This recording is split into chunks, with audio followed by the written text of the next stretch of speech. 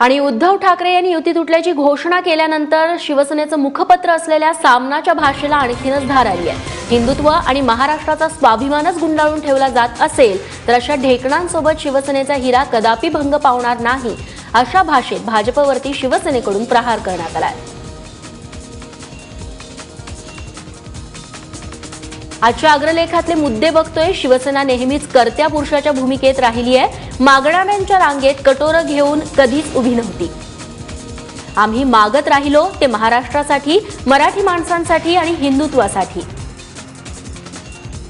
हिंदुत्व आणि महाराष्ट्राचा स्वाभिमानच गुंडाळून ठेवला जात असल्यास ढेकणांसंगे हिरा कदापि भंगणार नाही, असा इशारा शिवसेनेने दिलाय। शिवसेनेचा बाग पुढे झेपावलाय। जे 25 वर्षांपूर्वी घडायला हवं होतं ते आता घडतंय। महाराष्ट्राच्या मनातील आनंद, डोक्यात संतापाच्या ठिणग्या आणि मनगटात लढण्याची रग आहे। शिवसेना हा कधीही न विझणारा ज्वालामुखी आहे, म्हणूनच तो जय नावाचा इतिहास आहे।